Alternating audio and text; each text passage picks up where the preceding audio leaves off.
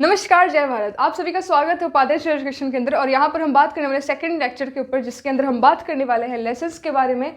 इस वीडियो के अंदर हम लोग लेसन 1 और लेसन 2 कंप्लीट करने वाले हैं इंडियन कॉन्स्टिट्यूशन का। कभी कभार लेसन्स को हम लोग पार्ट्स भी कहते हैं, तो जिन पार्ट्स के अंदर या फिर कह लो जिन लेसन्स के अंदर हमारे पास आर्टिकल्स आएंगे। पिछली वीडियो अगर आपने देखी होगी तो आपको पता होगा कि हमारे पास कुल मिलाकर 22 लेसन्स है और साथ ही साथ हमारे पास 395 आर्टिकल्स है और 12 शेड्यूल्स भी हैं। शेड्यूल्स के लेक्चर्स हमने शेड्यूल्स के बारे में हमने पिछली वीडियो के अंदर डिस्कस कर लिया है। इस वीडियो के अंदर हम लोग आर्टिकल 1 से लेकर आर्टिकल 11 तक पढ़ने वाले हैं, जो कि 2 लेसन्स के अंदर डिवाइडेड है। यानी कि फर्स्ट लेसन के अंदर हमारे पास आर्टिकल 1 से लेकर आर्टिकल 4 तक है और वहीं सेकंड लेसन के अंदर हमारे पास आर्टिकल 5 से लेकर आर्टिकल 11 तक है। इन दोनों टॉपिक्स को इस वीडियो के अंदर कंप्लीट करेंगे। अगले वीडियो के अंदर हम लोग बात करने वाले हैं सिटीजनशिप एक्ट के बारे में। ये क्या होता है उसके लिए नेक्स्ट वीडियो का इंतजार कीजिए। उससे पहले इस वीडियो के अंदर एंट्री लेते हैं। हमारे पास है लेसन्स, ठीक है। तो लेसन नंबर 1 जो फर्स्ट लेसन है, इसका मतलब इसका जो टाइटल है वो क्या है? Union and state territories. Union और उसकी स्टेट की टेरिटरीज। तो आप सभी को पता होगा कि इंडिया जो है, इंडिया क्या है? Is a union of states. यानी कि हमें पता है यूनियन क्या होता है। हमने अगर आपने पिछली वाली वीडियो देखी होगी तो आपको पता होगा कि यूनियन का मतलब क्या होता है। एक ऐसा संघ, एक ऐसा ग्रुप, छोटे छोटे स्टेट्स का मिलकर जिसको तोड़ना लगभग नामुमकिन है, वो कभी टूट ही नहीं सकता, उसे हम क्या कहते हैं? यूनियन। वैसे ही इंडिया क्या है? यूनियन ऑफ स्टेट्स है।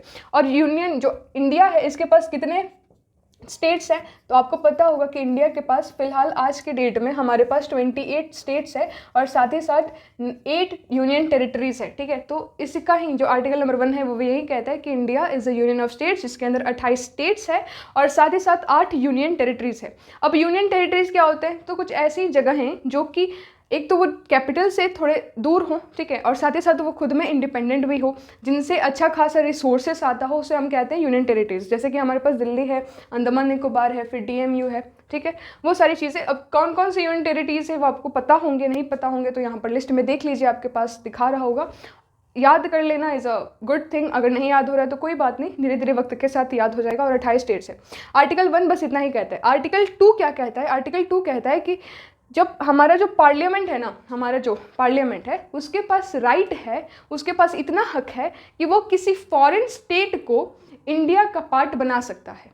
किसी भी फॉरेन स्टेट को इंडिया का पार्ट बनाने का जो राइट है वो किसके पास है? पार्लियामेंट के पास है। और मुद्दे की बात, या फिर कह लो सबसे बेहतरीन बात यह है कि जब कोई भी पार्लियामेंट डिसीजन लेता है कि हम किसी स्टेट को इंडिया का पार्ट बनाना चाहते हैं, किसी फॉरेन स्टेट को, इंडिया के स्टेट्स को नहीं, किसी फॉरेन स्टेट्स को अगर हम इंडिया का पार्ट बनाना चाहते हैं, तो बेस्ट थिंग ये है कि इसके अंदर प्रेसिडेंट इंटरफेयर ही नहीं कर सकते। प्रेसिडेंट की परमिशन की आवश्यकता ही नहीं है। पार्लियामेंट खुद में ही इंडिपेंडेंट है, इसके पास ये अधिकार है, ठीक है। आर्टिकल नंबर 2 कहता है। अभी एग्जाम्पल में देते हैं, जैसे हमारे पास सिक्किम है, ठीक है। क्या है? सिक्किम है। तो सिक्किम 16 मई 1975 के अंदर ये हमारे इंडिया का पार्ट बन चुका था, ठीक है। ये हमारे इंडिया का पार्ट बन चुका था, या फिर उससे पहले सिक्किम इंडिया का पार्ट नहीं था। जब 1974 के अंदर क्या हुआ ना कि जो सिक्किम था, तो सिक्किम के जो उस वक्त के जो हेड होंगे, कह लो, ठीक है, हेड हम कहते हैं, तो हेड ने बोला कि ठीक है, हम इंडिया का पार्ट बनना चाहते हैं क्योंकि India is a good country. तो उन्होंने बोला कि अगर क्या पता कि हम लोग आपके साथ रहें, लेकिन आपने हमको अपना नहीं पाए। मतलब जो सिक्किम के हेड है वो इंडिया के हेड से कह रहे हैं कि क्या हुआ कि अगर आप हमको अपना नहीं पाए। तो इंडिया के हेड ने कहा कि अगर आपको ऐसा लगता है कि हम आपको नहीं अपना पाएंगे तो आप ऐसा कीजिए कि आप हमारे साथ 1 साल रहकर बताइए, 1 साल व्यतीत करके समय बताइए। तो 1974 के अंदर क्या हुआ था कि जो सिक्किम था उससे सिक्किम के जो लोग थे उनको ईजिली पास ऑन करने दिया गया। एक दूसरे देश के अंदर वो लोग ईजिली ट्रैवल करते थे। जैसे इस मैप में देखिए कि सिक्किम कहाँ है और इंडिया जो है वो है ही। तो इजीली बिना, मतलब होता है ना कि वीज़ा वगैरह इस सब की कोई आवश्यकता नहीं थी। वो लोग 1 साल इंडिया के अंदर ऐसे घुले, ऐसे मिले जैसे दूध के अंदर पानी मिल जाता है। डिफरेंस निकालना मुश्किल था। तो इस वजह से उनको अच्छा लगा कि हाँ ठीक है, India is a friendly country. तो 1975 के अंदर ये ऑफिशियली हो गया कि Sikkim now is a part of India. तो ये हमारा आर्टिकल 2 कहता है। और बेस्ट बात कि इसके अंदर प्रेसिडेंट को तो भनक तक नहीं लगी थी। मतलब भनक लगी थी, ऑब्वियसली भनक लगी थी, मतलब उनकी आवश्यकता ही नहीं पड़ी, उनकी परमिशन की हमें ज़रूरत ही नहीं पड़ी, ठीक है। ये हमारा आर्टिकल 2 कहता है। वैसे ही हमारे पास आर्टिकल 3 है जो कि कहता है कि पार्लियामेंट अगर चाहे तो किसी भी स्टेट का नाम बदल सकता है।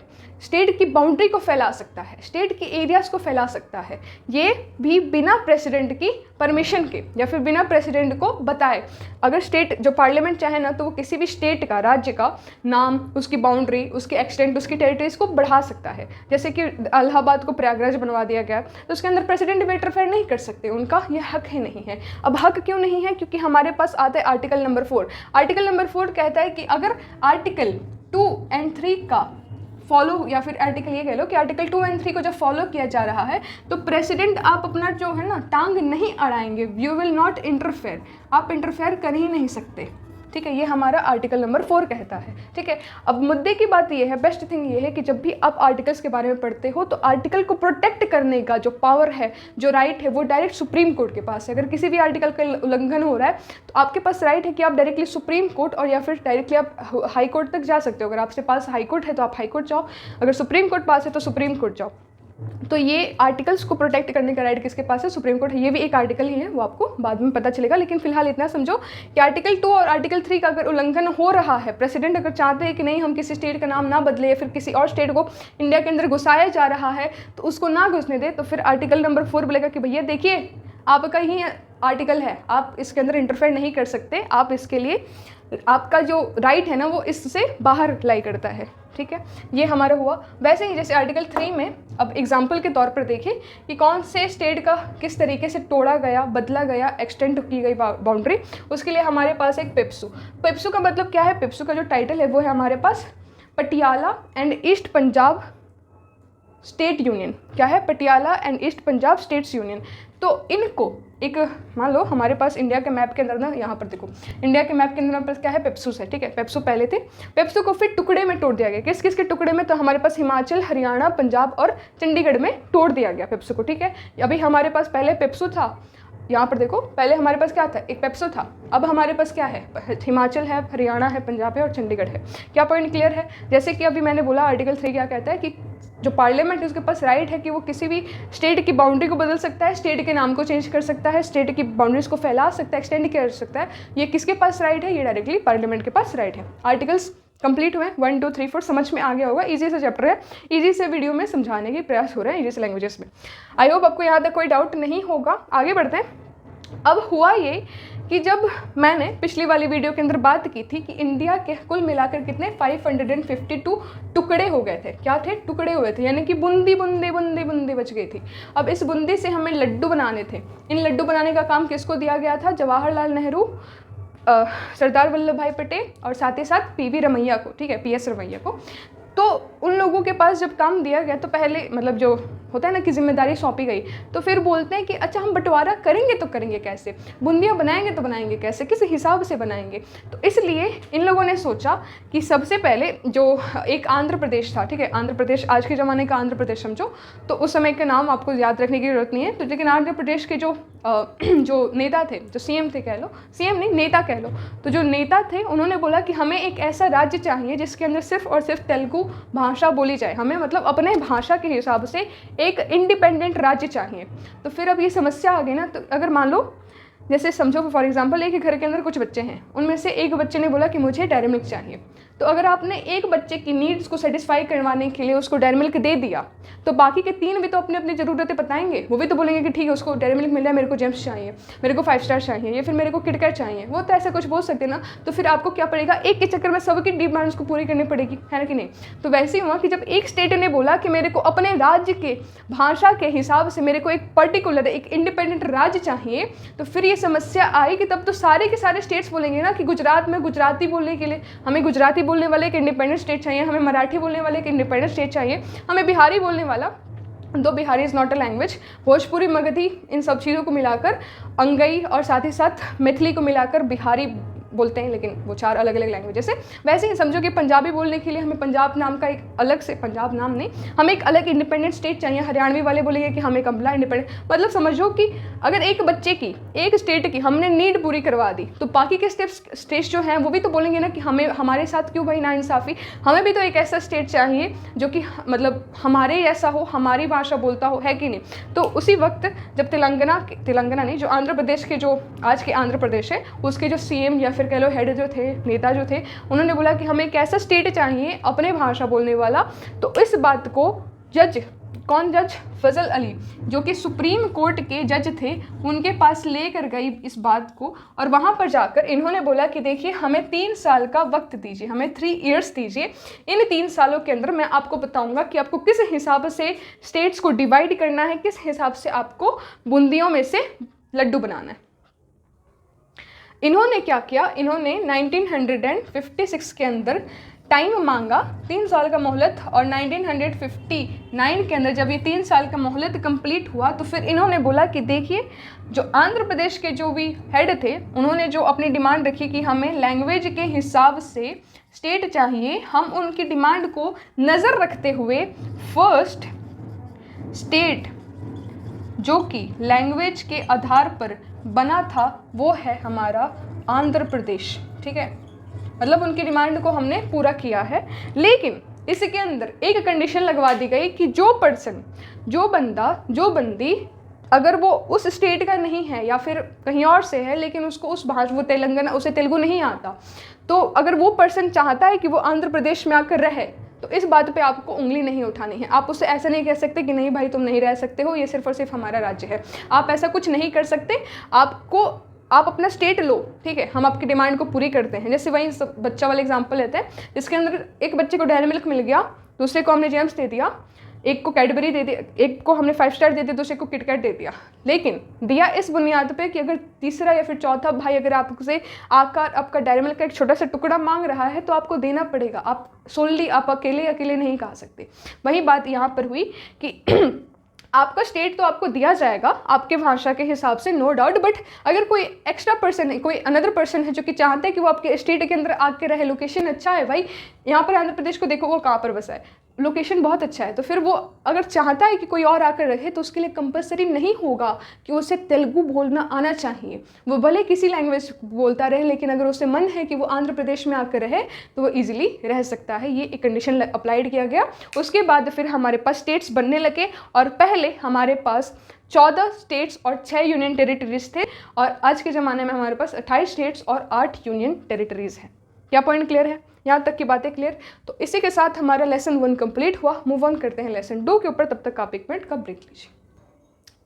आगे बढ़ते हैं, हमारे पास है लेसन नंबर 2। लेसन नंबर 2 के अंदर जो टॉपिक है वो है सिटीजनशिप के बारे में, यानी कि नागरिकता के बारे में। किसको नागरिकता मिलनी चाहिए? क्या आप सिटीजन ऑफ इंडिया है? क्या मैं सिटीजन ऑफ इंडिया हूँ? क्या Nora Fatehi citizen of India है? क्या Advani ji citizen of India है कि नहीं? क्या वो देश के नागरिक है कि नहीं? इसके ऊपर सवाल उठाते हैं। कैसे पता चलता है कि सिटीजन है कि नहीं, उसके बारे में बात करेंगे। सबसे पहले हमारे पास आता है आर्टिकल नंबर 5, जो कि ये कहता है कि अगर कोई पर्सन 26 जनवरी 1950 तक भारत में आ गया, या फिर कह लो यहाँ से भारत में रहना उसने शुरू कर लिया, उस जमाने से 1950 से वो भारत में रह रहा है, तो वो क्या है? देश का नागरिक है, उसको सिटीजनशिप मिल चुकी है। ठीक है, तो अगर आपके परदादा 1950 तक से यहाँ रहते हैं तो आप सिटीजन ऑफ इंडिया है, या फिर आपके अगर पेरेंट भी यहाँ पर है तो भी आप सिटीजन ऑफ इंडिया है।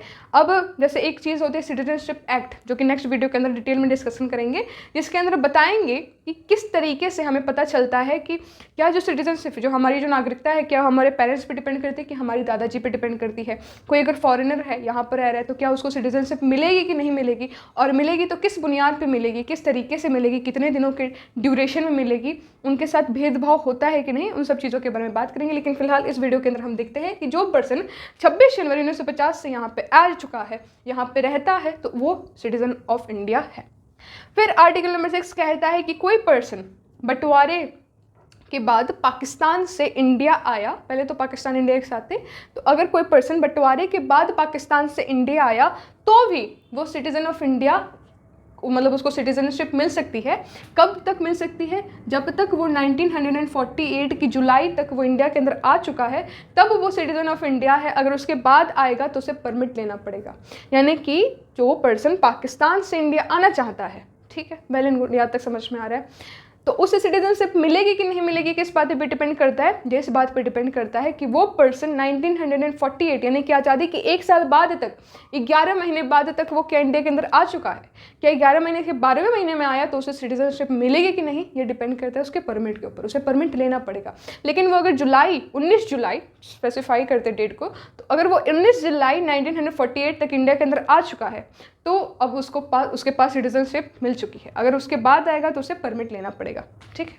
आर्टिकल 7 कहता है कि अगर कोई पर्सन इंडिया से पाकिस्तान गया, बंटवारे के बाद किसी के बहकावे में आकर अगर वो इंडिया से पाकिस्तान गया या फिर उसकी खानदानी ज़मीन वहाँ पे थी तो इस वजह से वो इंडिया से पाकिस्तान गया, लेकिन अब उसे वहाँ जाकर अच्छा नहीं लगा और वो पाकिस्तान से फिर से इंडिया आना चाहते, तो क्या उससे सिटीजनशिप मिलेगी कि नहीं, वो किस बात पे डिपेंड करता है, वो इस बात पे कि अगर वो पर्सन इंडिया से पाकिस्तान, ठीक है, घूम फिर के फिर पाकिस्तान से इंडिया, अगर वो 1 मार्च 1947 तक आ चुका है इंडिया के अंदर, तब उसे सिटीजनशिप मिलेगी। 1 मार्च 1947 यानी कि 1947 तक अगर वो इंडिया के अंदर आ गया घूम फिर के, तब उसे सिटीजनशिप मिल जाएगी। अगर उसके बाद आया तो फिर ये वाला रूल अप्लाई होता है, ठीक है, परमिट वाला। ठीक, लेकिन क्या आपको लगता है ये जो दो डेट्स है 1948 और 1947 क्या आज के ज़माने में वैलिड है? नहीं है। तो इन दोनों जो आर्टिकल्स है उनका इतना इंपॉर्टेंट नहीं है, क्योंकि ये तो बहुत पुरानी बातें हैं, 2023 चल रहा है, अब कोई आएगा जाएगा, वो तो बहुत पुरानी बात है, वो तो कब की ख़त्म हो चुकी होंगी।